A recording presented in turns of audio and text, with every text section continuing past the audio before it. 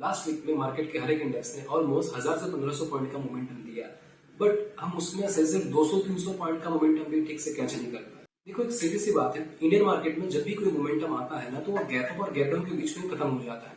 सो इस चीज का रिग्रेट पालने से बेटर है हम आने वाले वीक का प्लान करते हैं। साथ ही साथ हम देखेंगे कौन से साइड हमें अग्रेसिवली ट्रेड करना है और कौन से साइड हमें डिफेंसिवली ट्रेड करना है, एंड चीजों का टेक्निकली और प्रैक्टिकली अनुमान लगाने का प्रयास करेंगे। तो चलिए शुरू करते हैं और देखते हैं मार्केट नेक्स्ट वीक कहाँ मोमेंटम कर सकता है, हमारा ट्रेड प्लान क्या रहेगा और उसके पीछे का लॉजिक क्या रहेगा। तो चलिए पहले निफ्टी 50 को हम वीकली चार्ट पर एनालिसिस कर लेते हैं और उसके बाद हम 15 मिनट के चार्ट पर जाकर ट्रेड ऑफ जो हमारा मंडे का ट्रेड ऑफ एक्शन प्लान रहेगा उसके बारे में डिस्कशन करेंगे।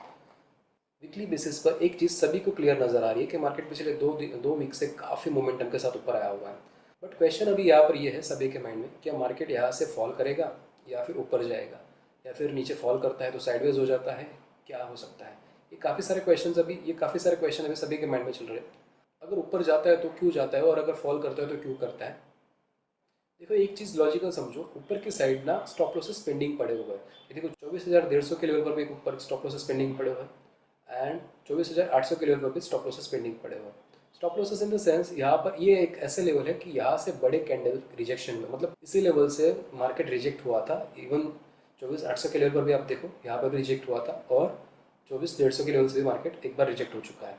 मतलब कहीं ना कहीं यहाँ पर कोई स्ट्रगल बनाकर बैठा हुआ है, तो यहाँ पर उसके स्टॉप लॉसेस हो गए।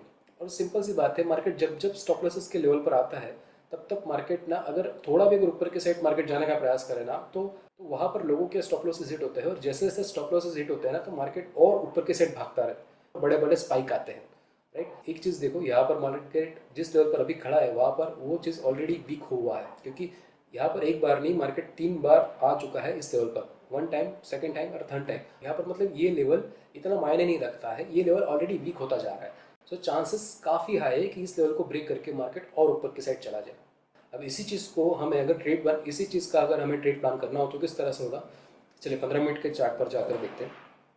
देखो 50 मिनट में अगर हम देखें ना, तो मार्केट यहाँ पर ऑलरेडी इतना ऊपर आया हुआ है, ऑलरेडी इतना मोमेंटम मार्केट ने दे दिया है। सो ये मोमेंटम थोड़ा डाइजेस्ट होगा, उसके बाद ही एक मूव आ सकता है।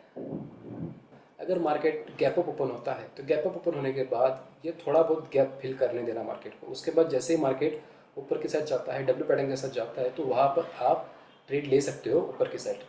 राइट, स्टॉप लॉसेस यहाँ पर हमें इतना ही रखना है, इससे ज़्यादा का हमें स्टॉप लॉसेस प्लान नहीं करना है। डोंट नो, क्या पता मार्केट यहाँ से पुल बैक के लिए रेडी होता हो। सो ऊपर की साइड जा रहा है तो थोड़ा वेट करके ऊपर की साइड हम ट्रेड प्लान करेंगे।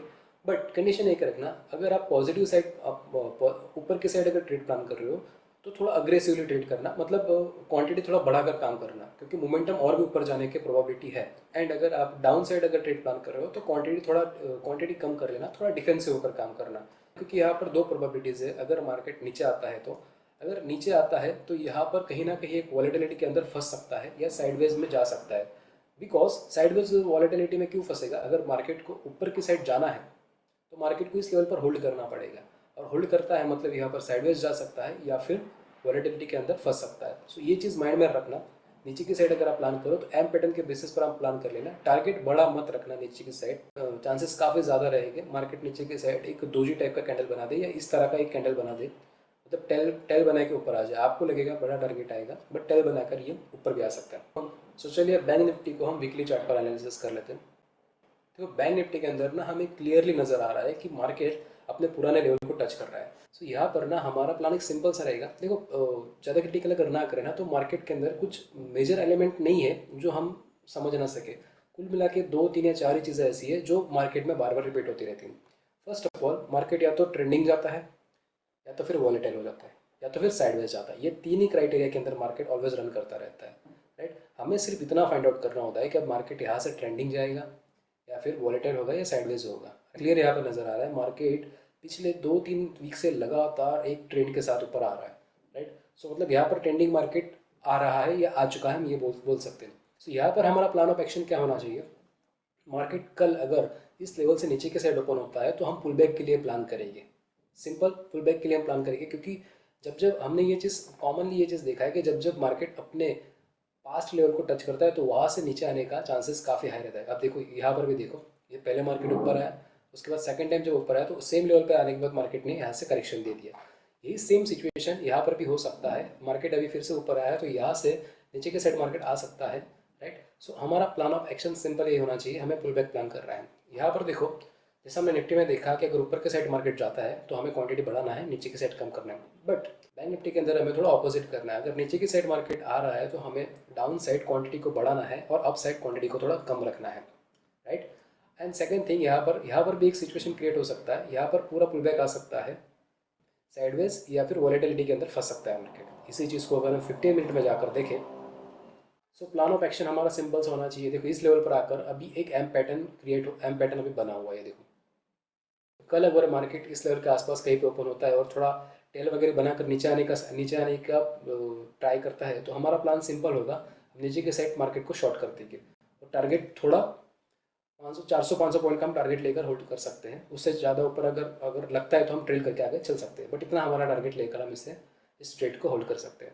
ये हो गया हमारा सिंपल प्लान ऑफ एक्शन। और अगर कल भी गैप अप ओपन होता है मार्केट तो वेट करेंगे, कंफर्मेशन आ जाए, उसके बाद हम पॉजिटिव साइड ट्रेड प्लान करेंगे। चलिए बात कर लेते हैं फिन निफ्टी की। फिन निफ्टी के अंदर देखो एक चीज़, यहाँ पर भी एक चीज़ देखो यार, जो हमने बैंक निफ्टी के अंदर देखा ना, वही चीज़ मैं आपको सेम यहाँ पर दिखा रहा हूँ। मार्केट एक नए लेवल को आया और सेकंड टाइम जब मार्केट नए लेवल पर आया तो उस नए लेवल को होल्ड नहीं कर पाया, वहाँ से सीधा नीचे करेक्शन आ गया। यही चीज़ बैंक निफ्टी के अंदर अभी होने की प्रोबेबिलिटी है कि देखो, वन टाइम यहाँ पर फर्स्ट टाइम आ चुका है एक बार, अब ये नेक्स्ट सेकंड टाइम यहाँ पर मार्केट आ रहा है, राइट। सो यहाँ से मार्केट नीचे आने का चांसेस है बैंक निफ्टी के अंदर। अब बात करें फिन निफ्टी की तो 1 2 3 ये 3 बार ये लेवल वीक हो चुका था, इसके बाद मार्केट ने अभी इस लेवल को ब्रेक कर दिया है। अब इस सिचुएशन में यहाँ पर क्या हो सकता है, जैसे हमने देखा बैंक निफ्टी में जैसे हमने देखा साइडवेज ट्रेंडिंग या वोल्टाइल।